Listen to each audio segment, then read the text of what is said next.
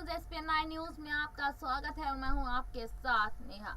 आपको बता दें कि मल्लिकार्जुन खड़गे भारतीय राष्ट्रीय कांग्रेस पार्टी के अध्यक्ष है और साथ में राज्यसभा के सांसद भी हैं, लेकिन वह भारत सरकार में रेलवे के पूर्व मंत्री भी रहे हैं। उन्हें एक स्वच्छ सार्वजनिक छवि के साथ एक सक्षम नेता माना जाता है और राजनीति, कानून और प्रशासन की गतिशीलता में अच्छी तरह से ज्ञात माना जाता है। अनेक बार विधायक और सांसद रह चुके खड़गे कर्नाटक से अनुसूचित जाति समुदाय से आते हैं। इसी बीच हम आज आपको उनकी संपत्ति, उनकी पत्नी और उनके परिवार के बारे में बताने जा रहे हैं कि आखिरकार उनकी पत्नी के पास कितनी संपत्ति है।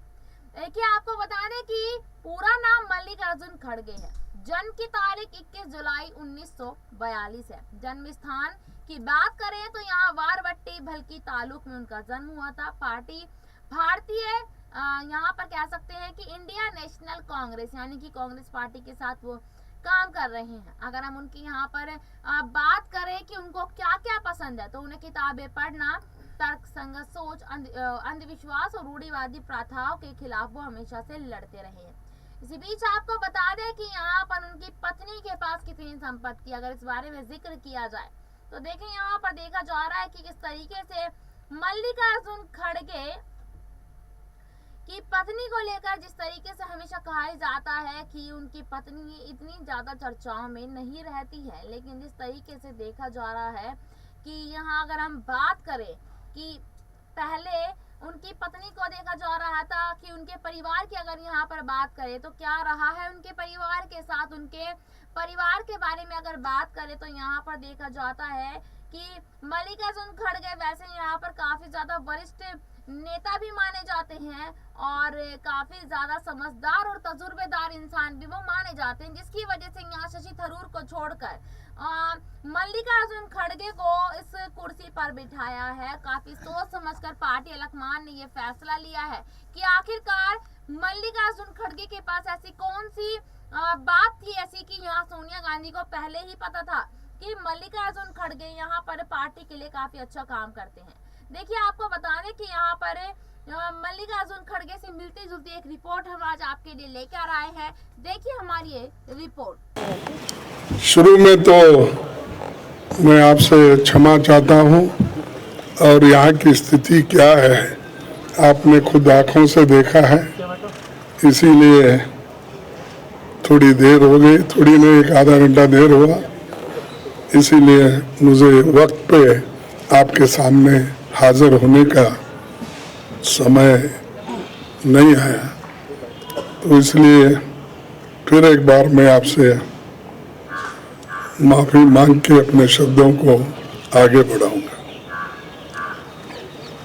आजादी के 75 साल के इतिहास में भारतीय राष्ट्रीय कांग्रेस ने लगातार इस देश की डेमोक्रेसी को मजबूत किया और संविधान की रक्षा की।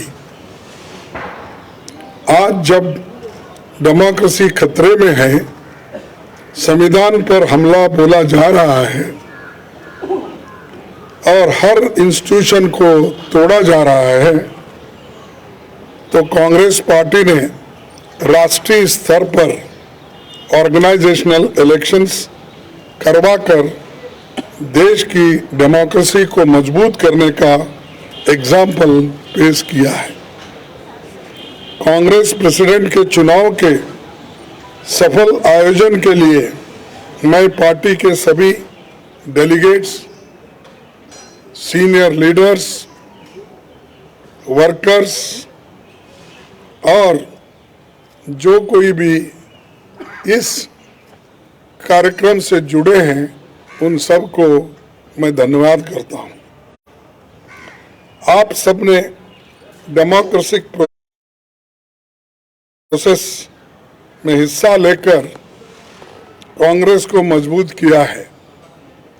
मेरे साथी श्री शशि थरूर को भी शुभकामना देता हूं, क्योंकि ये चुनाव में हम एक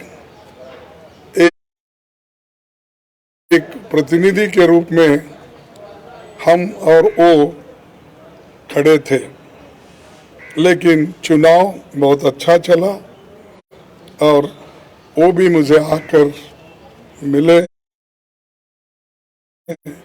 एक दूसरे से हम मिलकर अपना जो आगे पार्टी को बढ़ाने का भी जो कुछ कोऑपरेशन मैंने भी पूछा और उन्होंने भी हंसते हुए, ये तो एक डेमोक्रेटिक प्रोसेस है, हमको मिल के काम करना है, ये कहा।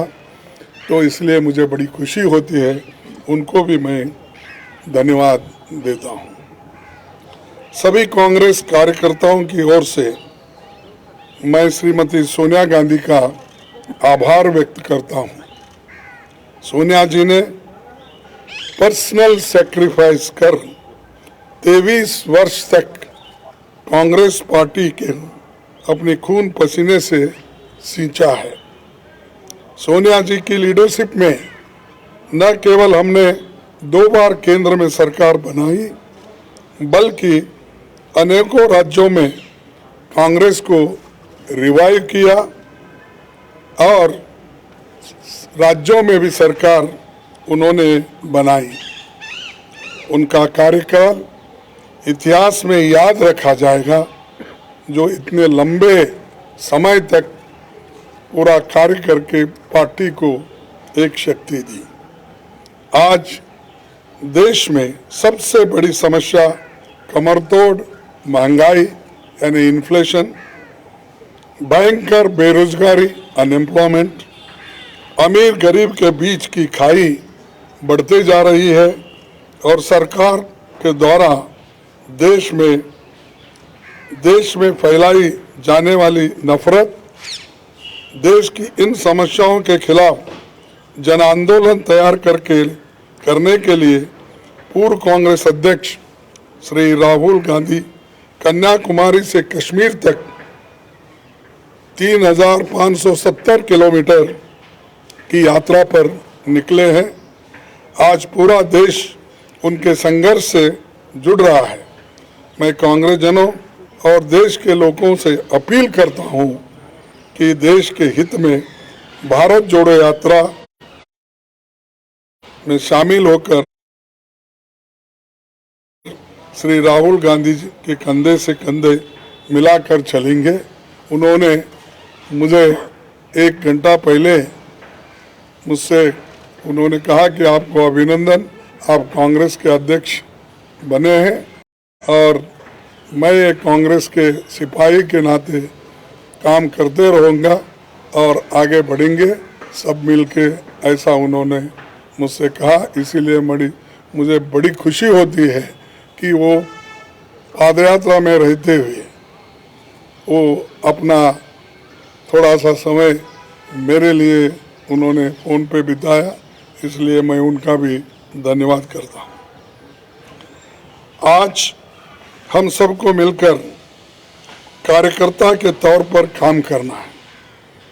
यहाँ न कोई बड़ा है न छोटा, सब बराबर है।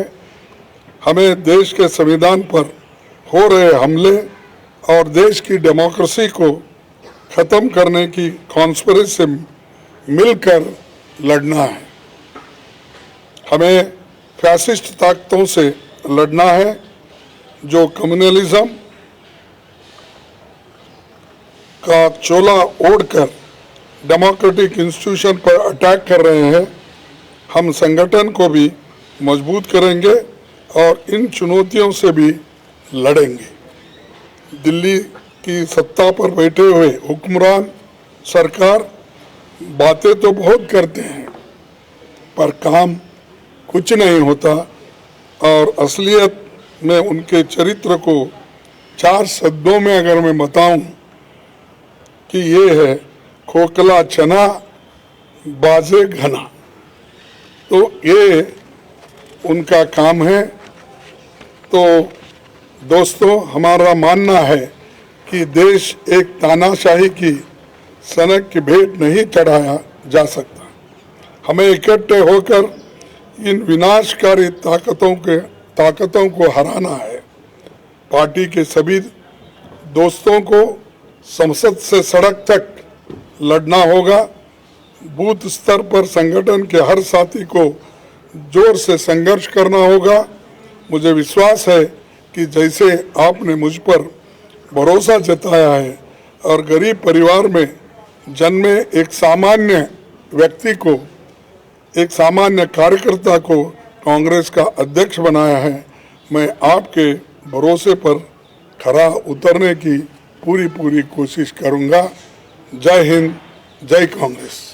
आपको ये खबर कैसी लगी हमें जरूर बताइएगा। और हमने इस रिपोर्ट में बताया कि यहाँ पर मल्लिकार्जुन ने कैसे अपना राजनीतिक करियर की शुरुआत करी, उनके परिवार के कौन कौन सदस्य हैं और साथ उनकी पत्नी के पास कितनी संपत्ति है।